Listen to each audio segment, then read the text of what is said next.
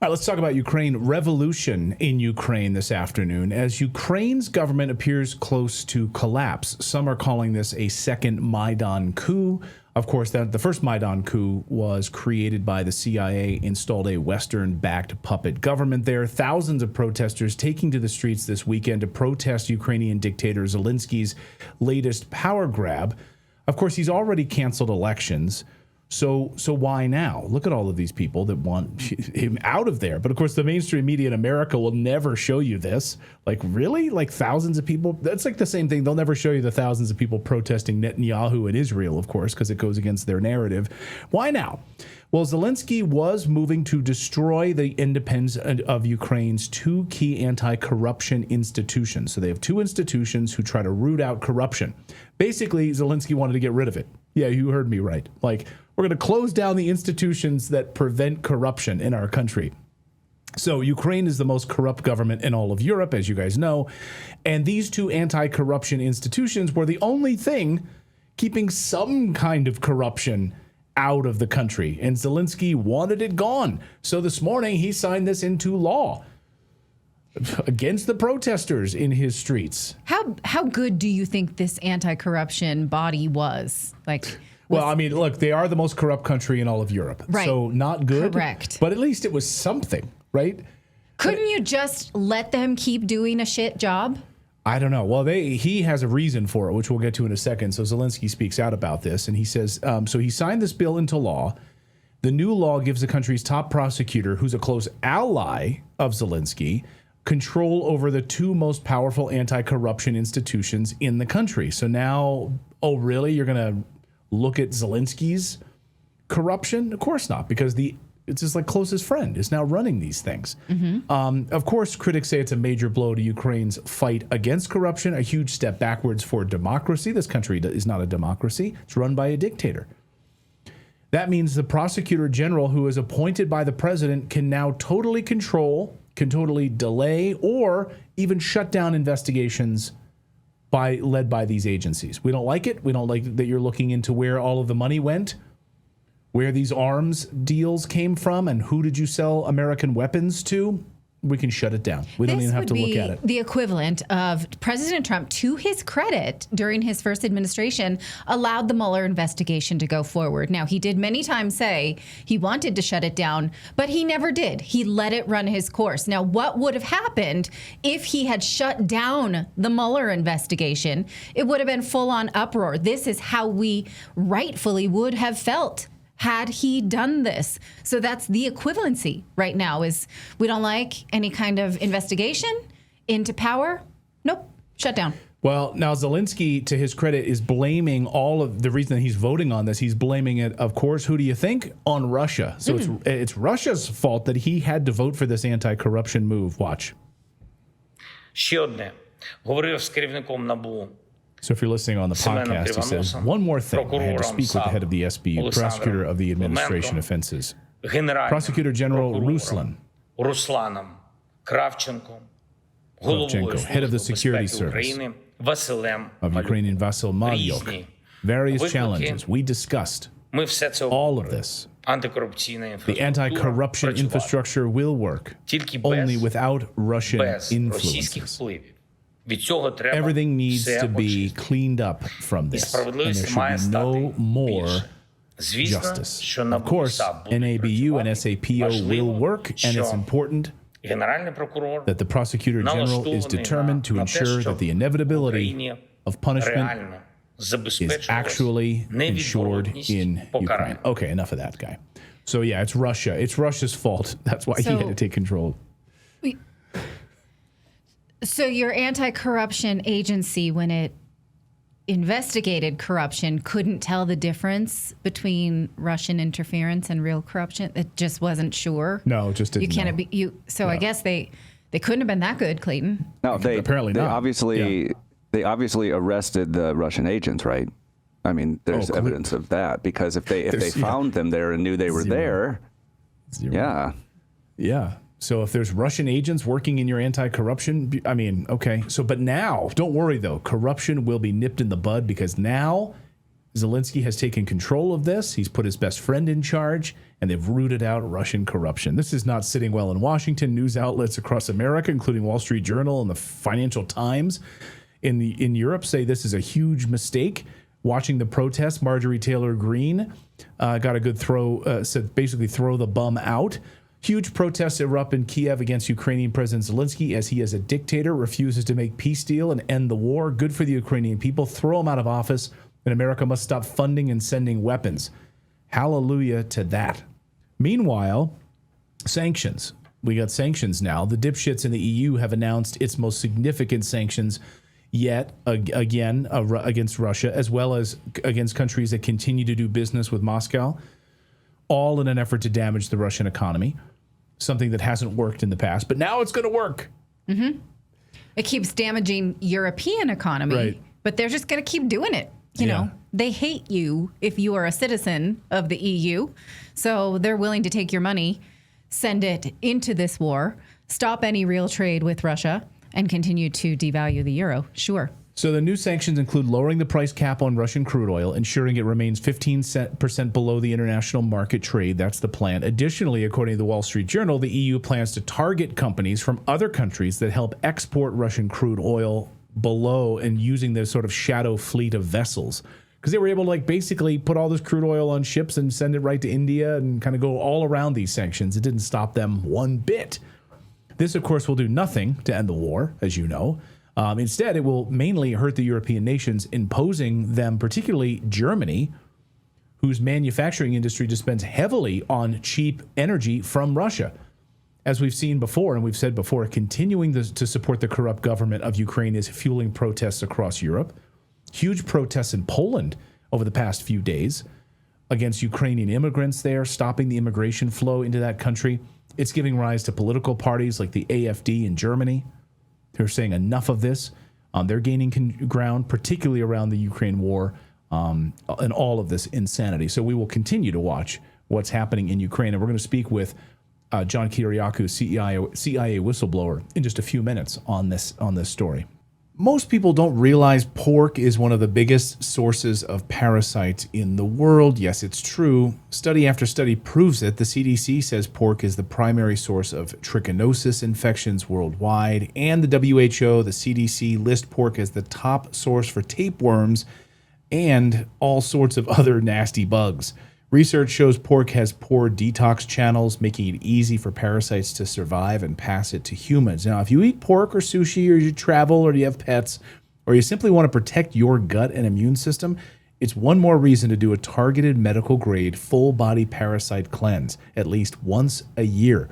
That's why our friends at the Wellness Company created their ivermectin menzbenzidol parasite cleanse. This uniquely powerful combination helps eliminate unwanted parasites and supports your immune system, digestion, and overall health. Fill out a quick intake form and get a 4-usage supply medical-grade cleanse shipped straight to your door. Head over to twc.health/redacted. Again, twc.health/redacted. Use the code redacted to save $60 off plus free shipping. All right. Well, President Obama says that the accusations against him are nonsense and that Russia did work to interfere in the 2016 election.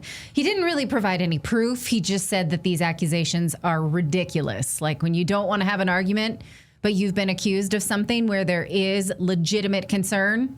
That's ridiculous. That's basically what he said. Because we know now Russia did not interfere in the 2016 election. Even our own intelligence under Obama refuted that.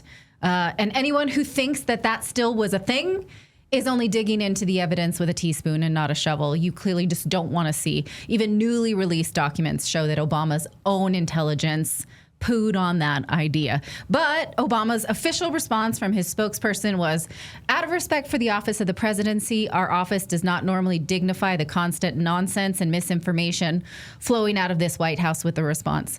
That, I have a lot of problems with that sentence.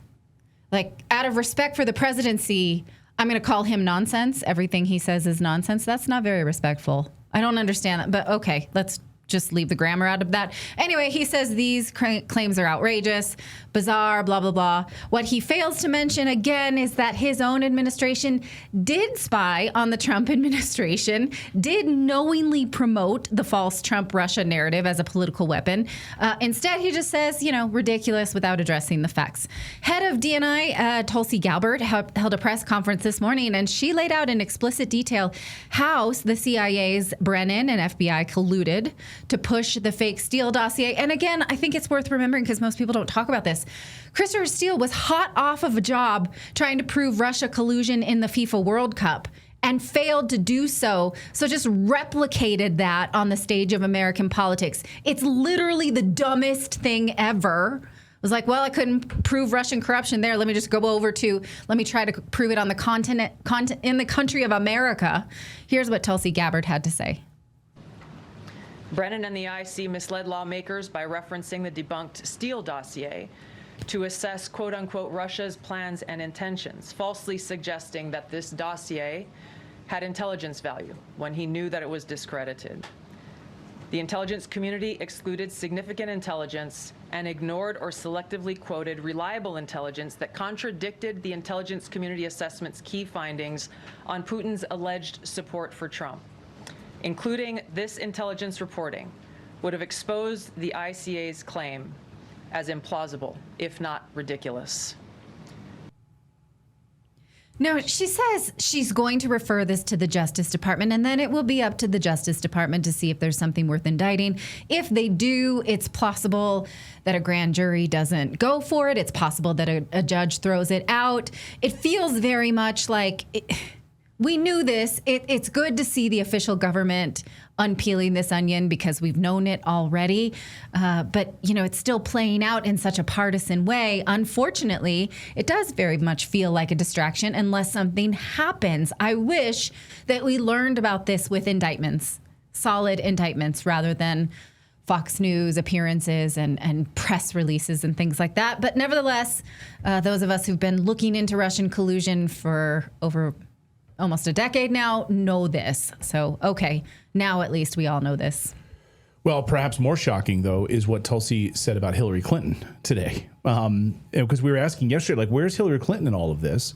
Well, the President Obama knew that Russian President Putin had actually had blackmail, had compromat on Hillary Clinton, not Trump.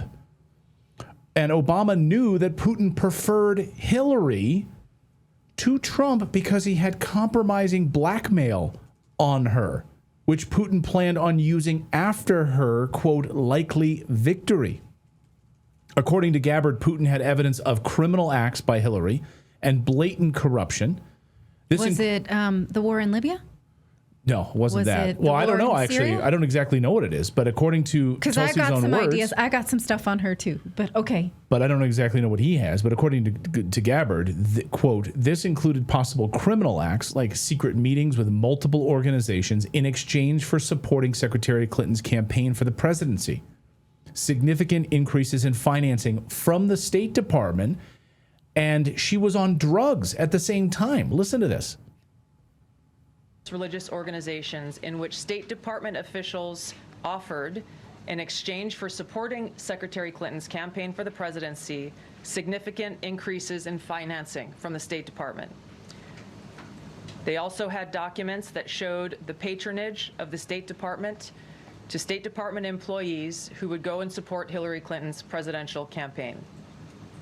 There were high-level DNC emails that detailed evidence of Hillary's, quote, psycho-emotional problems, uncontrolled fits of anger, aggression, and cheerfulness, and that then Secretary Clinton was allegedly on a daily regimen of heavy tranquilizers.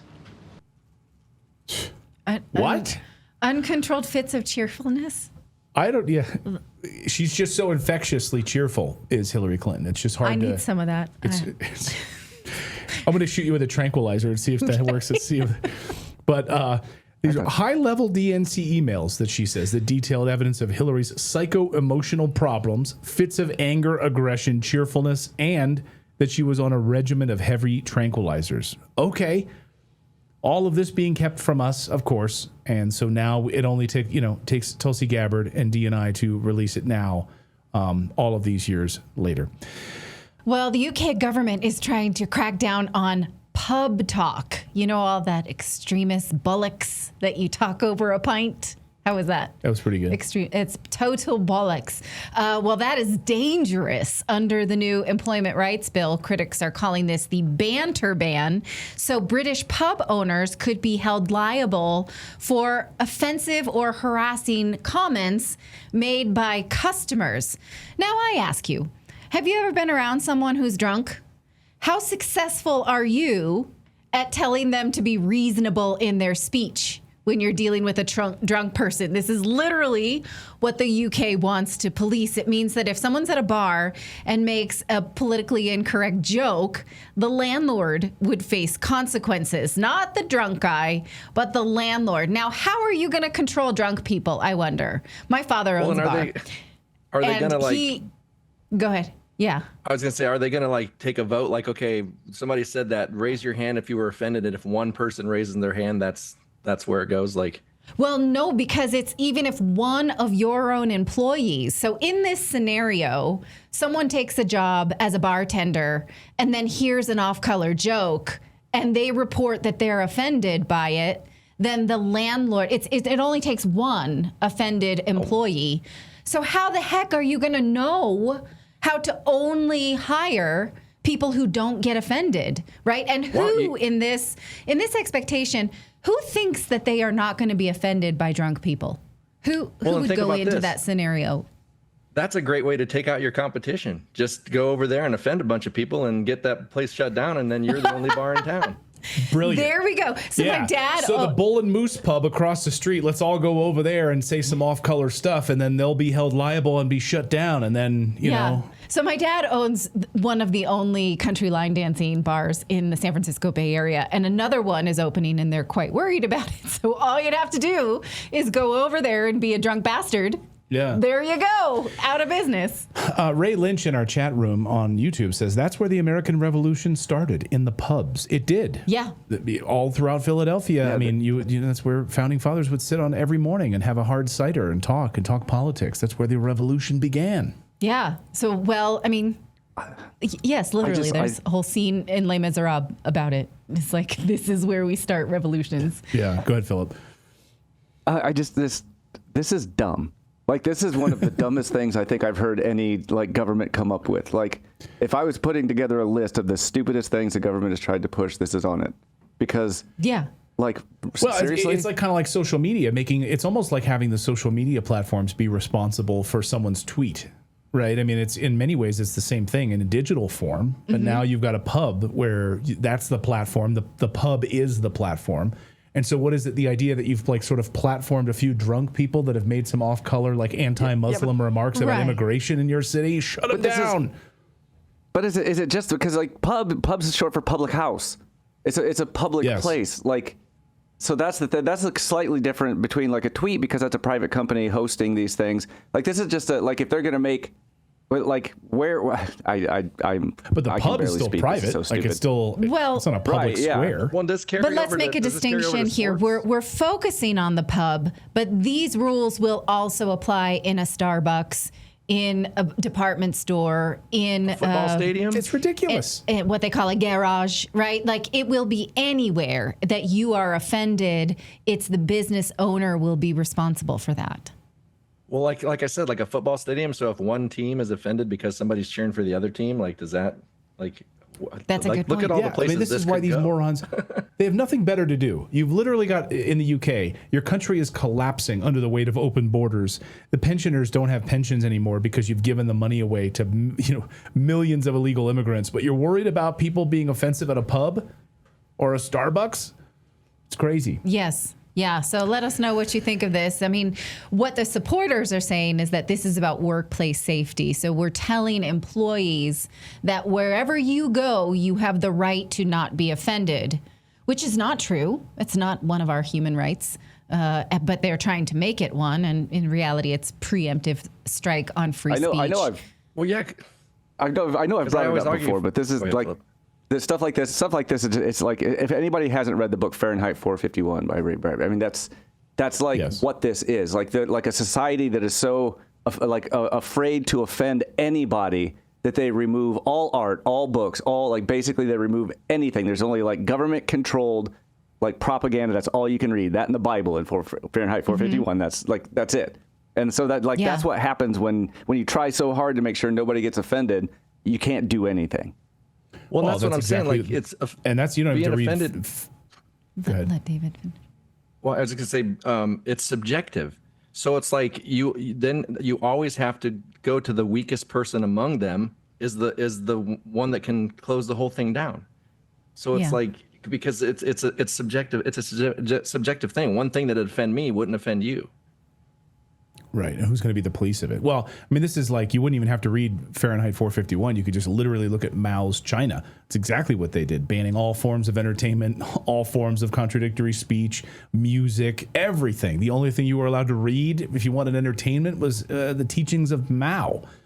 So that's where you're heading with this type of behavior. How are you going to have comedy? How are you going to make, right? Like think of Faulty Towers, some of your favorite English, they banned, you banned could Fawlty not Towers. have anybody on that production set because somebody's going to find those jokes offensive, and then you literally have nothing, right? So They You're banned- just going to they have to banned parts of revert Fawlty back to Towers already. slapstick. Yeah. You're going to have to revert back like to it- slapstick comedy. I mean, as much as I don't consider it art at all, like the guy that nailed the cheese to the wall as like an art piece, like is that like if that offends vegans? Now is that art house like in trouble? Yeah. You know? I guess museums are now in trouble. I mean, this is, yeah. Thank God we live in America. I thank my lucky stars. Anyway, let us know your thoughts on that. Let's be honest. Most coffee gives you a quick hit that leaves you feeling jittery, foggy, reaching for another cup before lunch. But what if your coffee actually did something for your health? Rejuvenate Coffee is science-backed coffee. Real Arabica beans infused with CA-AKG, which is a compound shown to support cellular energy, metabolism, even healthy aging. It's not a gimmick. It's not trendy. It's built for people who take their health seriously, who want to show up with focus and strength every single day. If you care about how you feel right now and how you'll feel 10 years from now, this is your coffee. Go to 1775coffee.com/redacted and order Rejuvenate Coffee today. Fuel your body and protect your future. Check out Rejuvenate. Speaking of Europe, let's talk about this. Well, the Mcrones are now suing friend of the show, Candace Owens, over what they say are false claims that the French president's wife is a man. So here is the report out of the Independent. I just want you to pay attention to how the Independent, boy, do they bend over backwards to kiss Far the right ass, podcaster. to kiss the ass of the Mcrones. Emmanuel Macron and Brigitte Mcrones sue far right podcaster Candace Owens over false claims that French president's wife is a man. They saying that the influencer's relentless and unjustified smear campaign falsely accusing Brigitte of being born a man. 219-page defamation complaint was filed in Delaware State Court today, accuses Owens of proliferating demonstrably false claims across her platforms, including an 8-part podcast series on a social media designed to feed a frenzied fan base in pursuit of fame. So that's the only reason she was doing it, was just to feed a frenzied fan base. Okay, they say in this lawsuit, the false claims have subjected the Mcrones to a campaign of global humiliation, turning their lives into fodder for profit-driven lies. The complaint says Owens has dissected their appearance, their marriage, their friends, their family, their personal history, twisting it all into a grotesque narrative designed to inflame and degrade.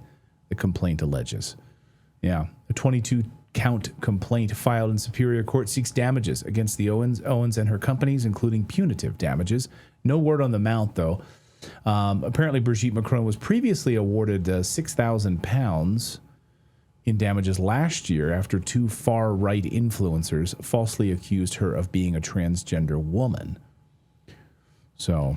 But they better hope those she's- cases were overturned, so they omit that. That's interesting. No, this Independent piece is like literally kissing the ass of the Mcrones. The whole piece is like kissing the ass of the Mcrones. Now, if you watched Becoming Brigitte, which I is did. Candace Owens' 8-part series. Yeah. And it's also a book by a French journalist. I'm sorry, I can't remember his name. If you have followed that at all, Candace Owens was basically begging them to sue her. The reason being is that truth is an absolute defense, and because she can ask them very specific questions, such as, is this picture you? Those kind of things. Please provide images of you pregnant. Please let me know who is this and where is this person. She mostly asks questions that lead to a conclusion that seem to indicate that Brigitte Macron was born Jean-Luc Macron, I believe is the first name. And she also is asking legitimate questions about why 39-year-old Brigitte Macron had a sexual relationship with 14-year-old Emmanuel Macron. Those things now all become relevant in a court of law. Now, it's interesting, they didn't sue her in France. She probably wouldn't have responded anyway. They sued her in Delaware, which means they will be beholden to the rules of American litigation, which means that they will have to prove it. Yeah. So maybe they can. And then they could have done this all along. So prove it. But then also one of her major claims is that she groomed him, no matter what her gender is. That he is a victim of underage sexual assault. Yeah, he was what, 15? He was 14 when they met, and she was 39. So this also is one of her major claims. How can they refute this? One of the things they've said many times is, no, they waited until he was 17. But then in some of their correspondence with her, they said they changed the story that he was 15. Even 15 is the age of consent in France, you perverts. And so they're saying now, no, that was just fine. So we'll see where this goes. We want legitimate proof, but I put this on X. It's a ballsy move, don't you think? It is. I'm just excited.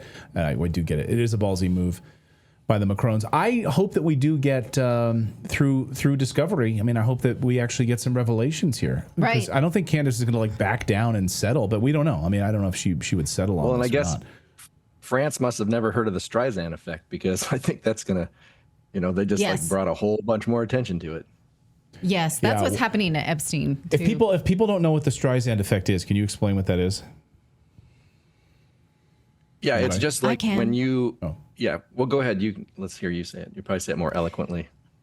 So Barbra Streisand noticed that her home was photographed by surveyors of the California coastline, and she was upset that you could see her home, even though nobody knew that it was hers.